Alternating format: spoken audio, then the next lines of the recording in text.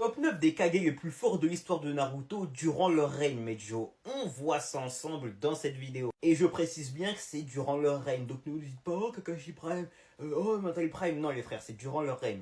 Neuvième étape, Onoki qui était très fort, on va pas se mentir. Maintenant la réalité c'est qu'il n'a jamais surpassé Mou les frères.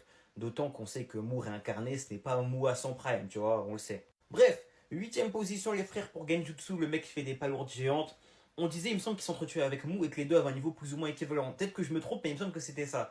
Donc forcément, les frères durent de les dissocier. Et je trouve qu'ils sont plutôt bien placés, avec en sixième position A. Et pour moi, c'est pareil, les trois se valent plus ou moins. Cinquième position pour Hiruzen, quatrième pour Minato. J'avoue que là, c'est compliqué déjà de savoir de qui était vraiment le plus fort des deux, je trouve. Parce que Hiruzen, on l'a pas connu durant son prime, tu vois ce que je veux dire. Et on sait qu'à son prime, c'était vraiment quelque chose. Et moi, j'aurais même tendance à dire que Hiruzen, il a plus de versatilité. Il a plus de chances de battre Minato que l'inverse, je pense. Après, peut-être que je me trompe.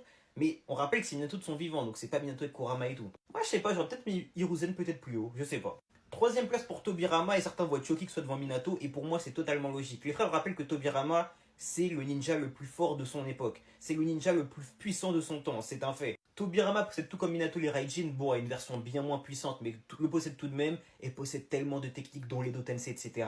Les frères Tobirama trop fort, vraiment trop fort, trop sous-côté. Deuxième position pour Hashirama et Juji Shinobi, clairement c'est sa bonne place. S'il n'y avait pas Naruto, il serait premier. Malheureusement, il y a Naruto en première position. Et clairement, Naruto, à l'époque où il est Kage, il est tellement monstrueux, il n'y a aucun débat là-dessus. Aucun débat. Pour moi, le top, il est quasiment parfait. Hein. Enfin, il est même parfait, je pourrais dire. Hiruzen peut-être un petit peu plus haut, mais sinon le top, il est parfait.